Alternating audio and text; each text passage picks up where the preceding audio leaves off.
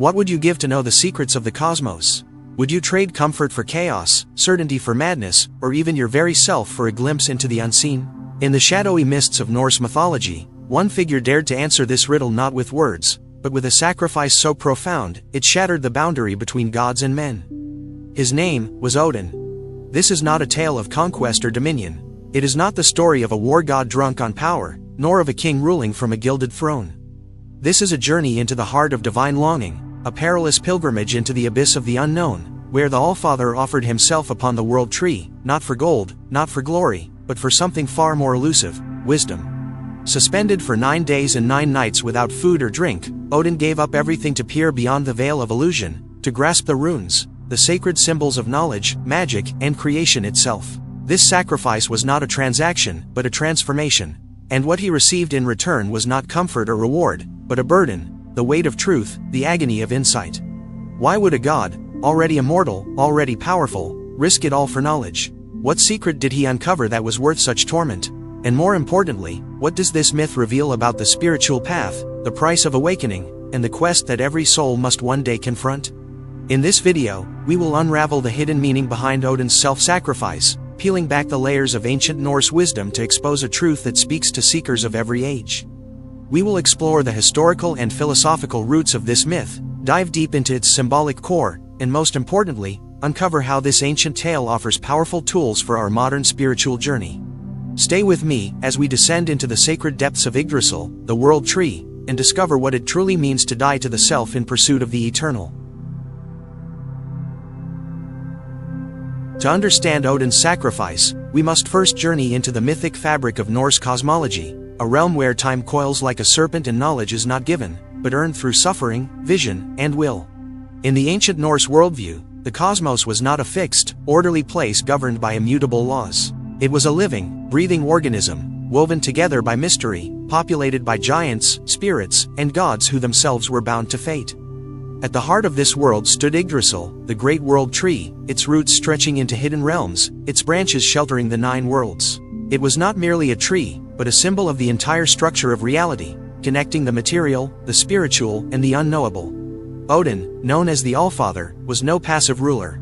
He was the wanderer, the seeker who traveled through fire and frost, who conversed with the dead and drank from forbidden wells. His thirst for knowledge was insatiable, but in Norse mythology, knowledge is not acquired through books or teachings. It is pulled from the bones of the earth, ripped from the void, torn from the jaws of death itself. In the Poetic Edda, an ancient collection of Norse poems, we find the haunting account of Odin hanging himself upon Yggdrasil. This was no symbolic gesture, it was a ritual of cosmic consequence. He pierced himself with his own spear and hung lifeless for 9 nights, denying himself food and drink, staring into the abyss. He did this to receive the runes, mystical symbols that held the keys to language, magic, time, and destiny. The runes were not merely letters, they were forces, archetypal energies etched into the foundation of reality. To know them was not to memorize them, but to experience them, to be initiated into their essence. Odin's sacrifice was not a metaphor for academic learning. It was an alchemical death, a shamanic initiation, a descent into darkness for the sake of light. This story echoes themes found in spiritual traditions across the world. In the mystery schools of Egypt, initiates underwent symbolic deaths in dark chambers to awaken inner sight. In Vedic tradition, the seeker must surrender the ego and pass through fire, tapasya, to realize the self. In Christianity, the crucifixion is a path to resurrection. All these myths point toward the same ancient truth: real knowledge, divine wisdom, demands a price. It asks not for your curiosity, but your transformation. Odin's act was a cosmic rebellion against the superficial. He rejected the ease of being a god in favor of the anguish of knowing what gods themselves are bound by. He understood that wisdom is not free. It is not gifted to the idle or the proud. It is granted to those willing to give everything in exchange for a single glimpse of the real. So, when we speak of Odin, we are not simply invoking a myth. We are invoking an archetype, a symbol of the eternal seeker within us all. The one who is willing to sacrifice the known for the unknown, the comfortable for the terrifying truth, and the self for the soul. To grasp the full magnitude of Odin's sacrifice, we must step beyond the literal and enter the symbolic terrain where myths speak in riddles and dreams. The image of a god suspending himself on a cosmic tree is not merely poetic, it is a key that unlocks the hidden architecture of transformation. Why 9 nights? Why the spear? Why no food or drink? Every detail of this myth is a cipher, a sacred symbol coated with layers of esoteric meaning. Let us begin with the number 9. In many ancient traditions, 9 is the number of completion, initiation, and spiritual gestation. Just as a child is formed in the womb over 9 months, the soul too must undergo a similar process before rebirth. Odin's 9 nights of agony represent the descent of consciousness into the unconscious, the shedding of identity, the disintegration of all that is false. In esoteric psychology, this mirrors the dark night of the soul, a period of intense inner turmoil where the ego dies so the higher self may emerge. But Odin does not simply meditate. He impales himself with his own spear, Gungnir, a weapon that never misses its mark. This act of self-wounding is central. The spear is his will, his divine focus, his uncompromising intent. By turning it upon himself, he demonstrates the first law of spiritual awakening. You must become your own executioner. You must pierce through illusions, sever attachments, destroy the false self not by force from without, but by precision from within. Then comes the tree, Yggdrasil. A symbol vast in scope, it is at once the axis of the universe and the spine of the seeker. To hang from it is to be suspended between worlds, neither fully alive nor truly dead. It is the liminal space where true initiation happens. Odin's hanging is an ancient echo of the spiritual practice of stillness, of total surrender. It is a state where the seeker is no longer in control, and only in this surrender can revelation arise. No food, no drink, this is more than fasting. It is the stripping away of all that nourishes the body and distracts the mind. It is the silence between breaths, the emptiness that invites the infinite. In modern terms, it is a form of ego starvation, a way to silence the chatter of the self so the deeper voice may speak. And what does Odin receive at the end of his trial? The runes, symbols that did not float down from heaven but rose from the depths. They emerged not from the light above, but from the underworld, the hidden places of creation. This detail matters, for it reveals the true source of wisdom, not from external gods or distant deities, but from the unconscious realms within. The runes are the distilled essence of Odin's ordeal, each one a mirror, a tool, a portal. The myth shows that enlightenment is not an escape from suffering, but the result of entering it consciously. Odin becomes enlightened not by fleeing pain, but by choosing it. Not by being above it, but by being crucified upon it. He dies to what he was to become what he is. This is the heart of esoteric transformation. The seeker does not find truth. The seeker becomes worthy of it. And worthiness is proven not by deeds or declarations, but by surrender, sacrifice, and silence. Odin did not return from the world tree unchanged. He returned transfigured, bearing not merely knowledge, but gnosis, the kind of truth that burns away illusion like fire consumes dry wood. What he received were not just the runes themselves, but the power to use them, to speak creation, to command fate, and to glimpse the patterns behind existence. But what are these runes, really? To the uninitiated, runes appear as angular markings, primitive letters from a forgotten script. But to the wise, each rune is a living archetype, a gateway to a cosmic principle. Fehu speaks of wealth, not mere gold, but the wealth of energy and flow. Ansuz is divine inspiration, the breath of the gods, the echo of sacred speech. Tawaz is the spear point of justice, sacrifice, and divine law. These are not symbols you learn, they are forces you awaken within. And how did Odin unlock them? Not by learning about them, but by becoming them. His 9 nights of suspension symbolized the complete stripping of identity until only essence remained. In that void, the runes rose, not as ideas, but as revelations. They were the language of the cosmos written upon his soul. This is where many seekers falter. They believe spiritual power lies in accumulation, in acquiring books, teachings, techniques. But Odin's myth teaches the opposite. Power is found in loss. The more you relinquish, ego, attachment, comfort, the more space you create for truth to emerge. The runes could not rise while Odin clung to godhood. They came only when he became nothing. This principle echoes through countless mystical traditions. In alchemy, the base metal must be dissolved before it can become gold. In Kabbalah, the vessel must be emptied to receive the divine light.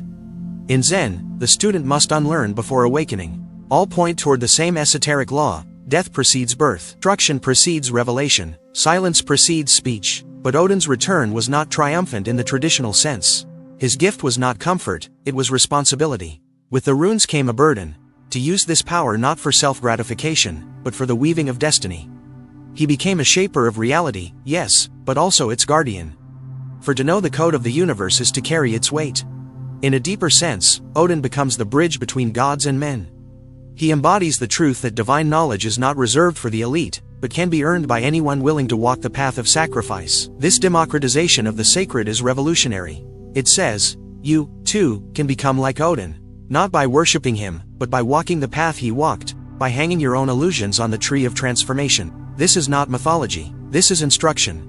The myth of Odin teaches us that true wisdom is hidden in the very places we avoid: pain, silence, surrender. That knowledge is not outside us, but waiting in the roots of our own consciousness, calling us to dive deep, to bleed, to see. The tale of Odin is not a story to be admired from afar. It is a blueprint. It offers more than myth, it reveals a method. His sacrifice whispers to every soul willing to listen: if you desire truth, you must become worthy of it. But how does one walk this path in today's world, surrounded not by frost giants or sacred trees, but by deadlines, distractions, and digital noise? The first and most profound step is the willingness to descend. In modern spiritual language, this means turning inward, facing your shadow, your discomforts, your inner chaos. Just as Odin descended into himself, so too must we step away from the surface of our minds and enter the silent forest of introspection. Meditation, particularly in silence or darkness, is a mirror of Odin's hanging, a conscious stillness where the illusions of the ego dissolve and deeper truths rise. Start with 10 minutes a day. Sit in silence. Do not seek answers. Seek presence. Let discomfort arise. Let it teach you. Remember, the runes did not come to Odin on the first night. They came after 9. Be patient. Let your stillness become fertile. The next practice is sacred fasting. While Odin deprived himself of food and drink, you are called to fast not just from meals, but from noise. Take 1 day a week to fast from distraction. No social media, no news, no external input. Instead, write, walk, sit, breathe. Let your inner world become audible. In that space, you may begin to feel the shape of the runes within, those deeper truths etched into your being. Another path is symbolic self-sacrifice. This is not literal harm. It is the conscious act of giving up what no longer serves your awakening. Perhaps it's an addiction to comfort, a toxic relationship, an outdated belief. Choose one thing. Offer it to the sacred fire of your intent. Let that be your spear, your offering to the world tree. You can also work directly with runes. Study their meanings, yes, but more importantly, meditate on them. Draw one rune each morning. Sit with it. Ask not just what it means, but what it means to you. Let it speak in symbols, in dreams, in intuitions. Over time, you'll begin to feel the language of reality itself. And finally, live with sacred responsibility. Odin did not use the runes for vanity. He used them to weave fate, to guide others, to uphold the hidden order. In your own way, whatever wisdom you gain, use it to uplift, to heal, to clarify. Knowledge that is not shared becomes poison. Wisdom that is lived becomes light. You are not asked to hang from a literal tree. You are asked to surrender what you cling to. You are not asked to bleed. You are asked to open. The same current that moved through Odin moves through you. The same path is beneath your feet. You need only walk it. The story of Odin's sacrifice is not a myth to be memorized, but a mirror. One that reflects the ancient truth that wisdom is not found, but forged. It is earned in silence, in surrender, and in suffering that is chosen not as punishment, but as a passage. Odin's 9 nights remind us that the world does not reward curiosity alone, it honors devotion. That to awaken real power, we must let go of the illusion of control and allow ourselves to be transformed by the unknown. His hanging is not about death, but rebirth. Not about pain, but the purpose behind the pain. And so, the question remains, what are you willing to sacrifice for truth? What comfort can you hang on your own world tree? What illusions are you ready to pierce with the spear of insight? In the end, you do not need to become Odin. You need only become you, fully, consciously, courageously. Let this tale live within you. Let it stir your spirit when the night is long and your path is unclear. For in those very moments, when all seems lost, that's when the runes rise. That's when the sacred is revealed. Thank you for walking this path with us today. If this story awakened something in you, like this video, share it with fellow seekers, and subscribe to our channel for more journeys into ancient wisdom and spiritual truth. This has been a glimpse into the deeper layers of reality. There is so much more to uncover. Until next time, stay aware, stay awake, and remember, the world tree waits for all who are ready to see. Thank you for watching.